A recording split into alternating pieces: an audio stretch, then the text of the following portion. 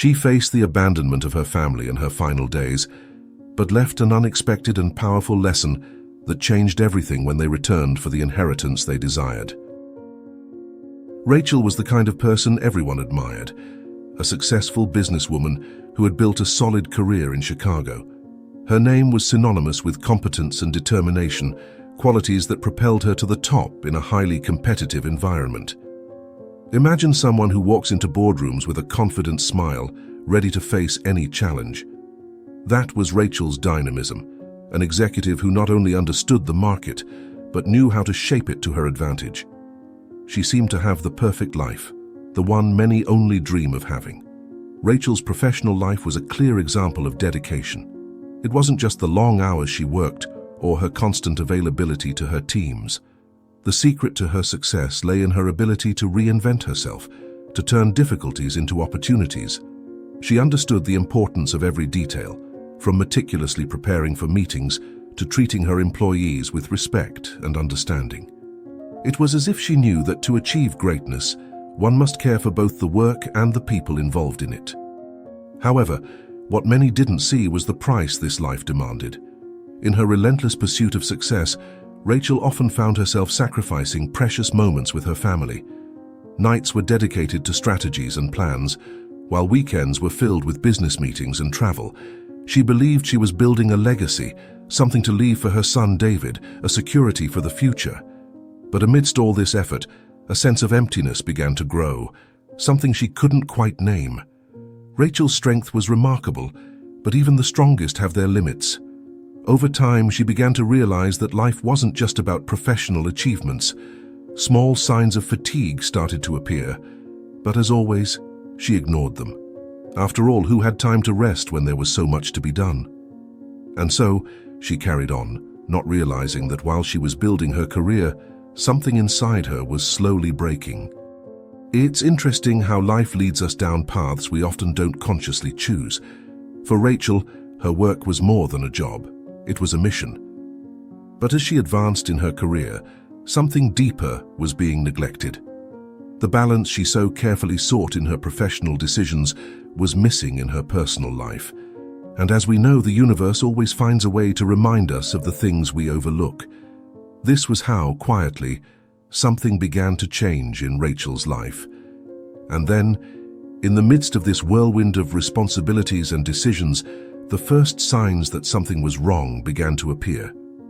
But how could someone so focused on success imagine that, on the other side of her achievements, a much greater challenge awaited her? It's curious how often we ignore the small warnings life gives us until they become too big to ignore. And that's exactly what happened to Rachel, marking the beginning of a journey she never imagined facing. It all started subtly, almost imperceptibly. Rachel, in the midst of her daily hustle, began to feel more tired than usual. At first, she attributed this fatigue to her demanding schedule, the countless meetings, the late nights spent poring over reports, the constant need to be on top of everything. It was easy to brush off the weariness as just another side effect of her relentless drive. After all, who wouldn't feel a bit drained under such pressure? But then, the dry cough began. It was a small annoyance at first, something she could ignore while immersed in her work. Yet, as days turned into weeks, the cough persisted, becoming more of a nuisance. Rachel, always the pragmatist, reasoned that it must be the changing seasons or perhaps just a stubborn cold.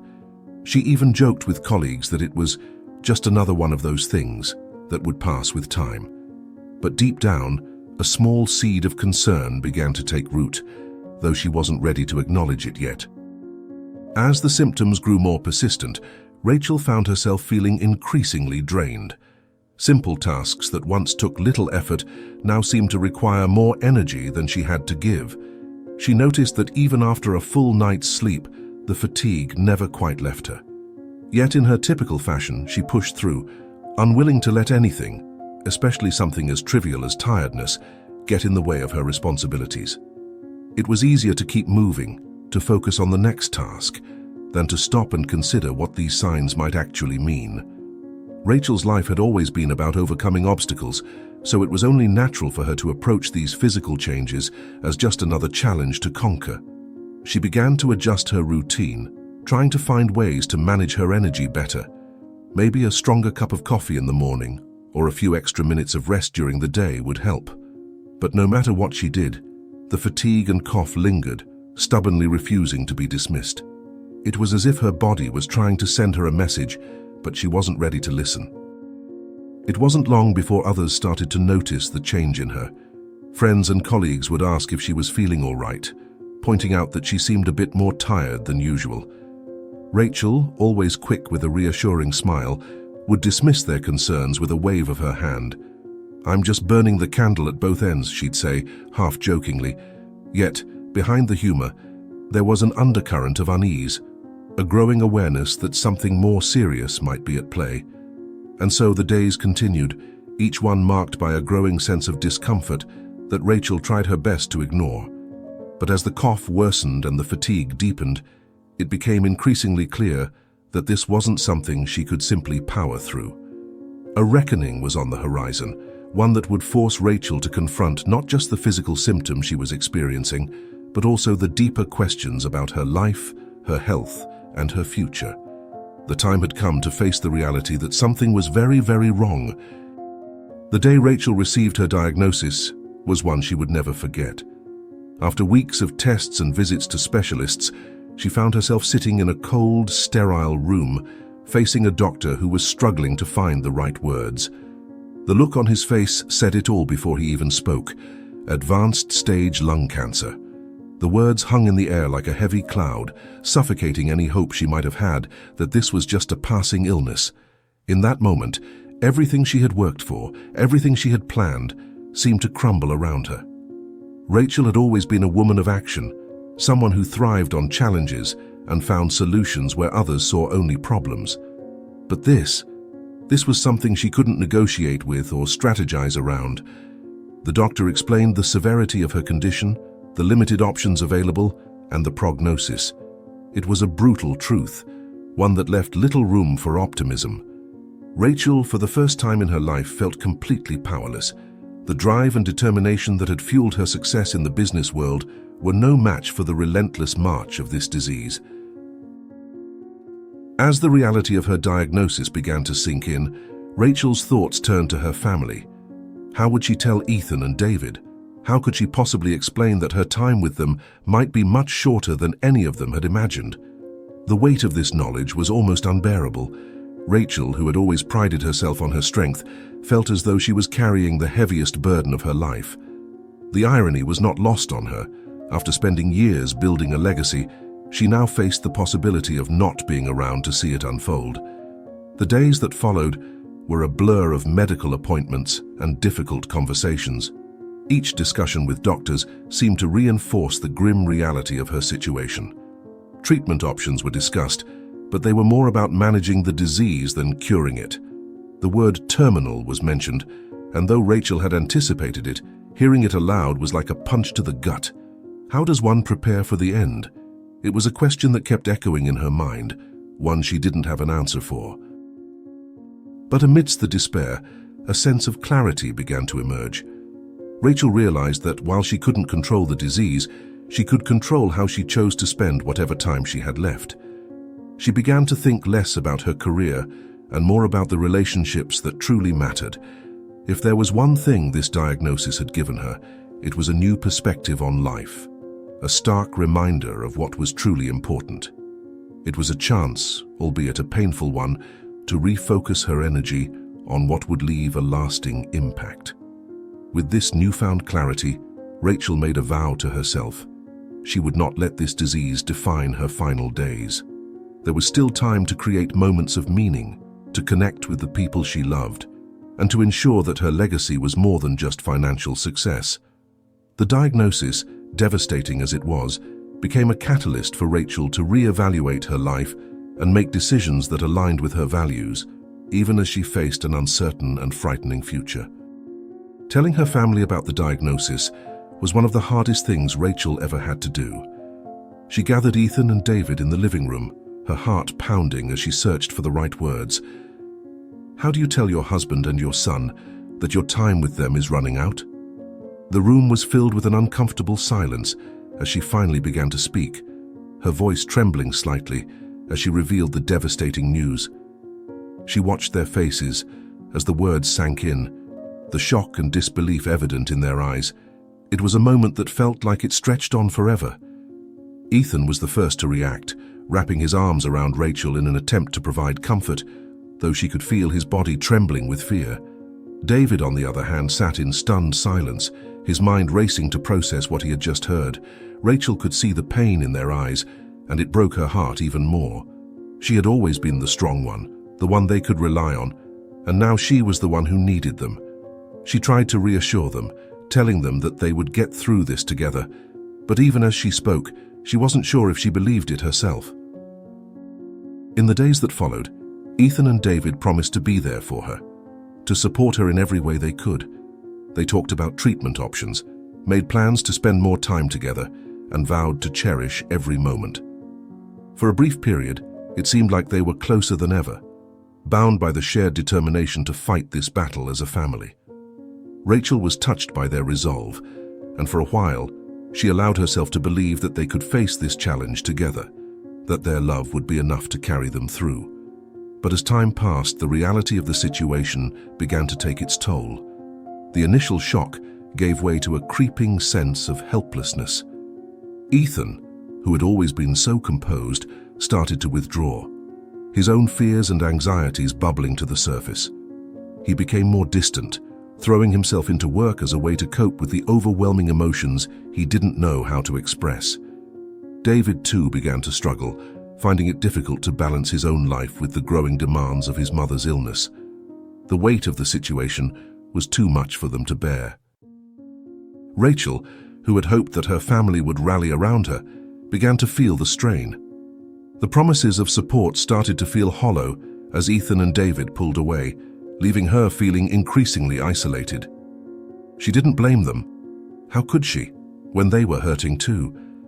But the growing distance between them was undeniable, and it was a painful reminder of just how fragile their connections were. The very people she needed the most were slipping away, and there was nothing she could do to stop it. And so what began as a united front started to unravel. The cracks in their relationship, which had always been there but hidden beneath the surface, now began to widen. Rachel could feel the change, sense the tension that was slowly building. She realized that the road ahead would be even more difficult than she had imagined, not just because of the illness, but because of the emotional toll it was taking on her family. The fear of abandonment, which had once seemed distant, was now becoming a very real possibility. As the weeks passed, the atmosphere at home grew increasingly tense. What had once been a sanctuary for Rachel now felt like a battleground of unspoken words and simmering frustrations. Ethan and David, who had initially vowed to stand by her side, began to show signs of strain. It started with small things, Ethan coming home later than usual, David spending more time in his room, but soon these behaviors became patterns that Rachel couldn't ignore. The supportive, loving environment she had hoped for was slipping through her fingers, replaced by a growing sense of isolation. Ethan's change in attitude was particularly noticeable. He had always been the rock in their relationship, the one who could be counted on to keep things steady, but now he seemed overwhelmed by the weight of Rachel's illness. The late nights at the office, which he excused as necessary, were really a way to escape the reality that awaited him at home. When he was present, his mind was often elsewhere, his thoughts clouded by worry and fear. Conversations between them became increasingly strained, as if there was an invisible barrier they couldn't break through. David, too, was struggling to cope with the changes in their family dynamic. At first, he had tried to be there for his mother, offering to help in any way he could, but as her condition worsened, he found it harder and harder to maintain that level of involvement. The sight of his once vibrant mother, now weakened by illness, was too much for him to bear. He began withdrawing into himself, avoiding the emotional turmoil that had become their daily reality. Rachel noticed how he avoided eye contact, how his responses became more clipped and distant, and it pained her deeply. Rachel was acutely aware of the shift in their attitudes. She could see how the burden of her illness was affecting them, and she couldn't help but feel a sense of guilt. She had always been the one to take care of everything, to ensure that their lives ran smoothly. Now, She was the source of their distress, the reason their home felt more like a place of sorrow than a place of comfort. It was a painful realization, one that weighed heavily on her already fragile heart. She began to wonder if their lives would be better without her, if her presence was only causing them more pain. The tension in the house became almost unbearable. Conversations that once flowed easily were now stilted, filled with awkward silences and forced pleasantries. The closeness they once shared was replaced by a growing distance, an emotional chasm that seemed to widen with each passing day. Rachel found herself dreading the moments when they were all together, knowing that the strain between them would only deepen. It was as if her illness had not only invaded her body, but had also infiltrated the very fabric of their family life. Rachel tried to keep her spirits up, to put on a brave face for Ethan and David, but it became increasingly difficult as the emotional support she so desperately needed began to fade. She started to feel like a burden, a source of stress rather than a person in need of care and love. The change in their attitudes wasn't something she could control, and that lack of control was perhaps the most painful part of all. She knew that their distance was a coping mechanism, a way to shield themselves from the pain of losing her, but it didn't make it any easier to bear. The day Ethan and David decided to leave was a turning point in Rachel's life, one that marked the deepest wound she would ever endure. It wasn't a sudden decision. It had been building up over time, like a storm gathering on the horizon. The signs had been there, their increasing absences, the awkward silences, the way they seemed to shrink from her touch. But nothing could have prepared Rachel for the moment when they finally sat her down and told her they couldn't do it anymore. The words cut through her like a knife, leaving her numb with disbelief. Ethan, who had once been her partner in everything, spoke first. His voice was strained, heavy with guilt and regret. He explained haltingly that he couldn't bear to watch her suffer, that it was tearing him apart. He needed to get away, to find some distance from the pain that had consumed their home. Rachel could see the torment in his eyes, but it offered little comfort. The man who had promised to love her in sickness and in health was now admitting that he couldn't keep that promise. It was a betrayal that shook her to her core. David, too, had his reasons. He was young, just starting to carve out his own path in life, and the weight of his mother's illness was more than he could handle.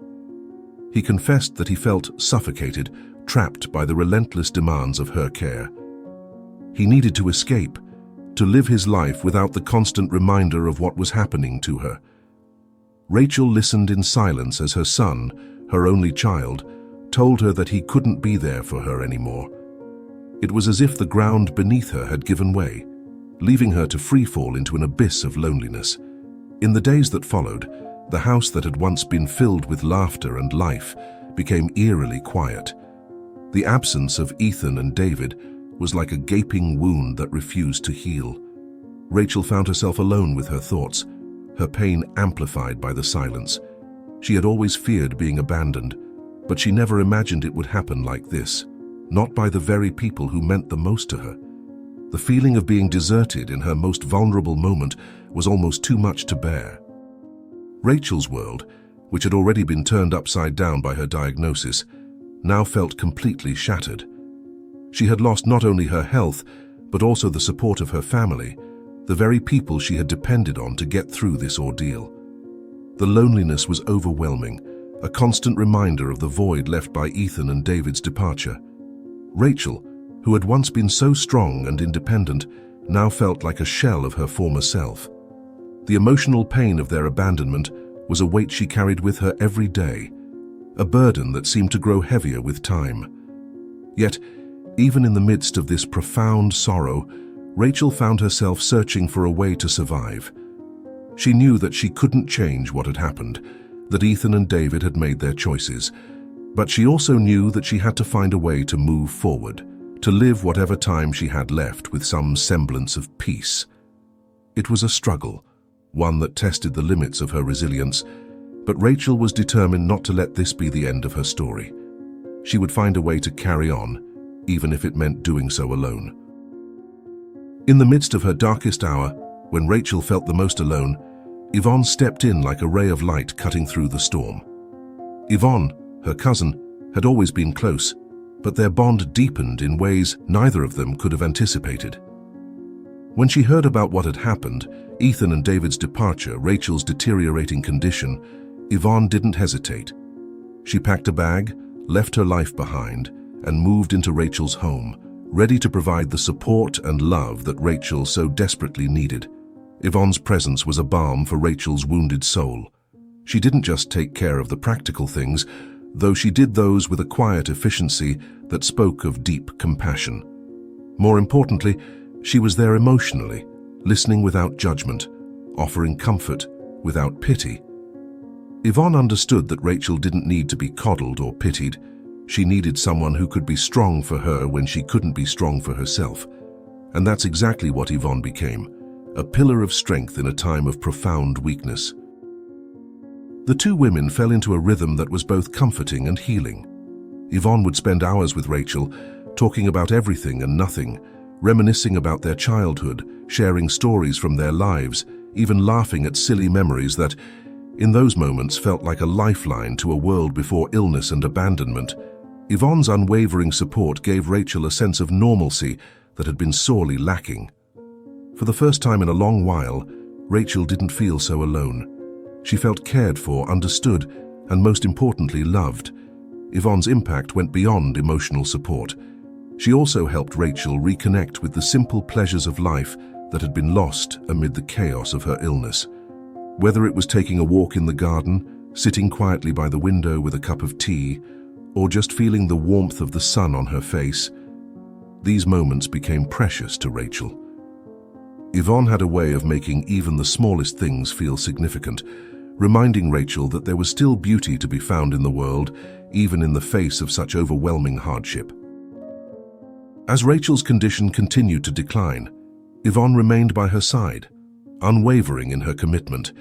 She became Rachel's confidant, the one person Rachel felt she could be completely honest with about her fears, her regrets, and her hopes for the time she had left. Yvonne listened with the patience and empathy of someone who truly cared, never dismissing Rachel's feelings or offering false hope. Instead, she offered something far more valuable: her presence, her willingness to be there through it all, no matter how difficult it became. Yvonne's support not only helped Rachel cope with her illness, but also allowed her to find a sense of peace in the face of so much turmoil. She wasn't alone anymore. She had someone who cared for her deeply, who was willing to stand by her side through the worst of it.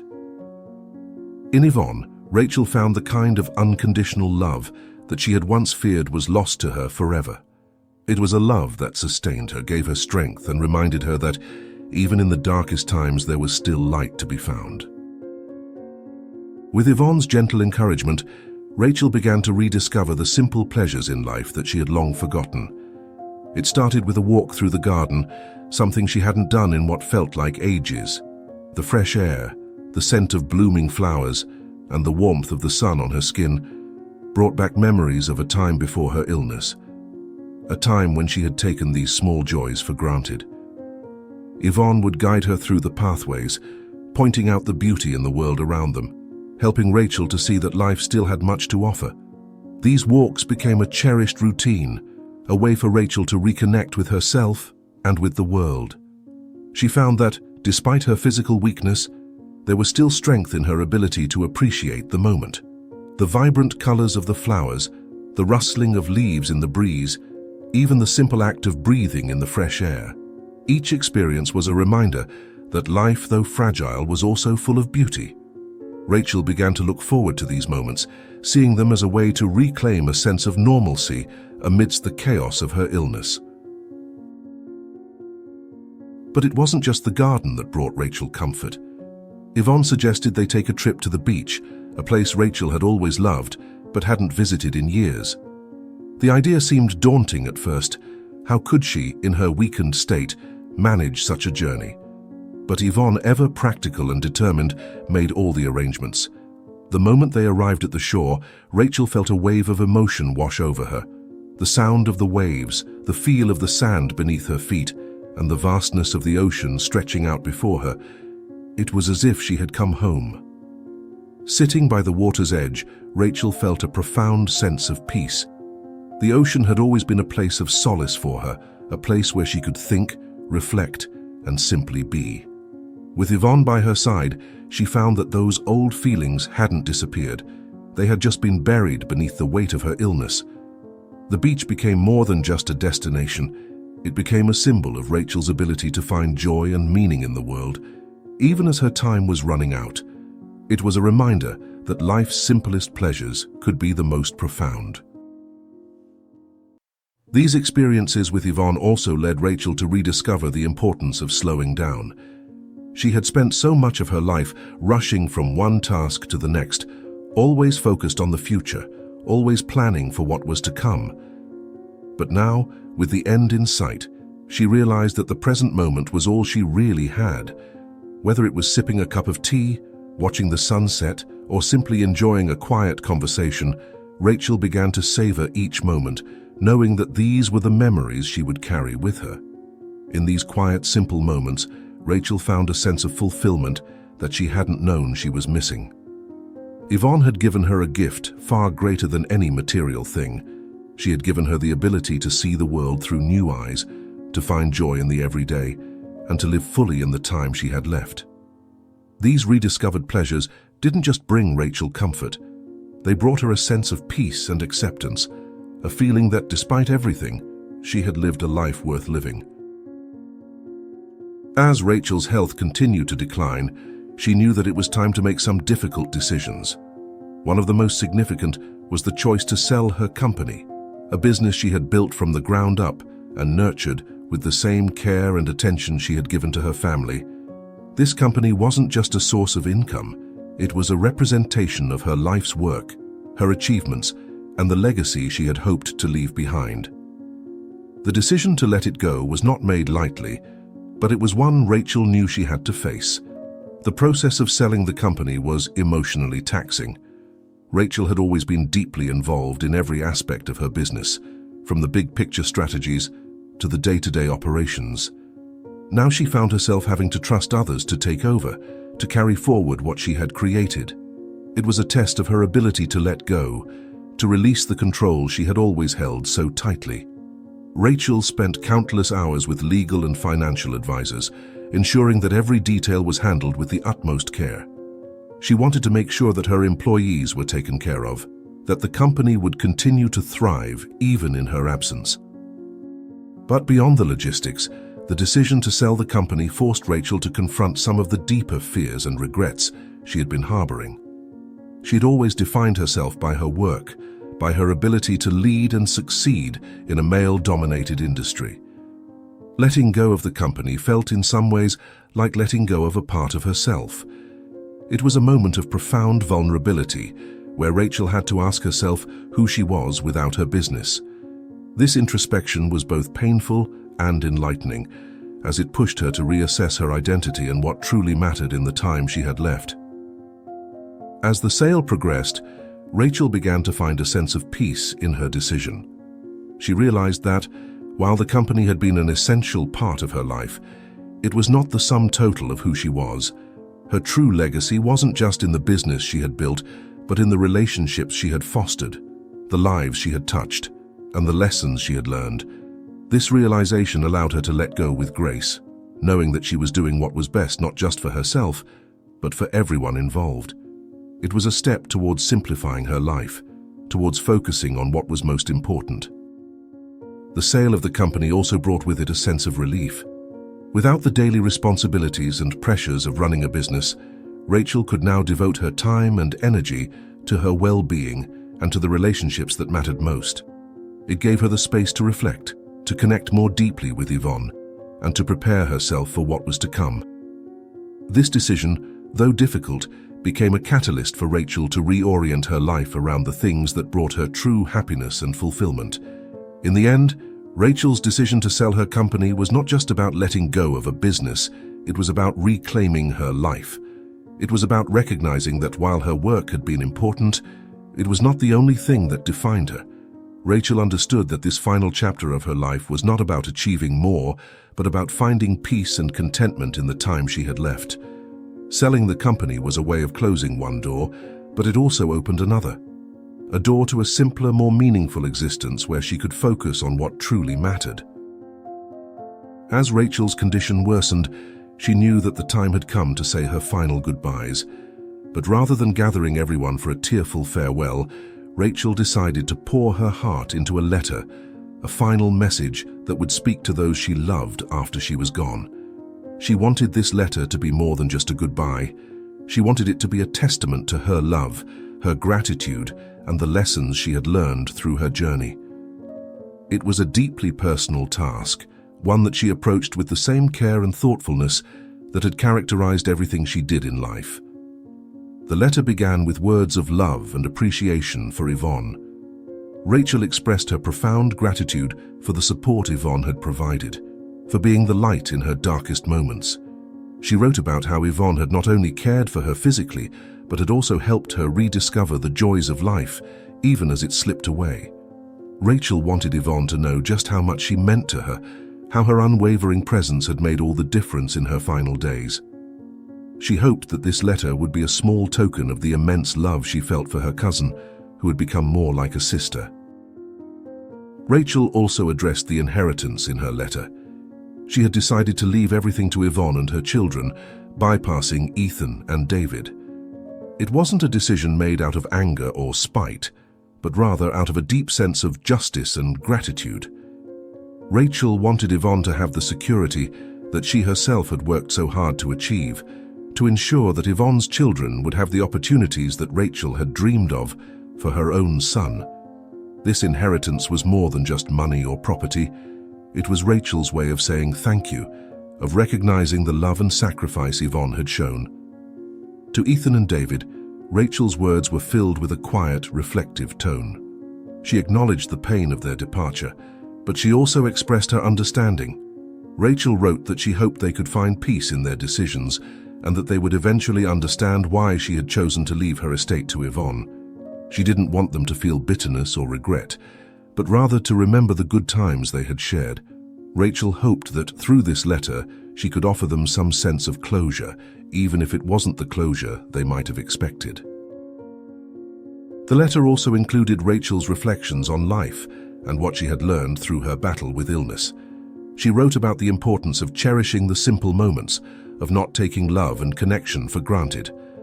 Rachel hoped that those who read her letter would take these lessons to heart, that they would live their lives with more intention and more gratitude. She knew that her words couldn't change the past, but she hoped they might influence the future, giving those she loved a new perspective on what truly mattered. Finally, Rachel's letter ended with a message of hope. Despite the pain and suffering she had endured, Rachel wanted her loved ones to know that she had found peace. She wasn't afraid of what was to come, because she knew that she had lived a life filled with love, with purpose, and with meaning. Rachel hoped that her letter would bring comfort to those who read it, that it would serve as a reminder of her love and her wishes for their happiness. In her final words, Rachel left behind a legacy not of material wealth, but of wisdom, of love, and of the enduring power of human connection. After Rachel's passing, her letter was read aloud in the presence of those closest to her. The room was heavy with emotion, the weight of her words sinking into the hearts of those who had gathered. For Yvonne, the letter was a bittersweet confirmation of the bond they had shared, a bond that had only grown stronger in Rachel's final days. It was a testament to the love and gratitude Rachel felt, and Yvonne couldn't help but feel a deep sense of honor mixed with sorrow. The inheritance was a generous gift, but it was the words of love and appreciation that meant the most to her. For Ethan and David, the letter was more difficult to absorb. As they listened to Rachel's reflections, they were confronted with the choices they had made, the distance they had allowed to grow between them and the woman who had once been the center of their world. Rachel's words were gentle, filled with understanding, but they also carried a quiet weight, a reminder of the pain their absence had caused. David, in particular, felt a pang of regret. The realization that he had let fear and discomfort drive him away from his mother was almost too much to bear. David spent the days following the reading of the letter in deep reflection. He revisited the memories of his childhood, the times when his mother had been his greatest supporter, the moments of joy and laughter they had shared.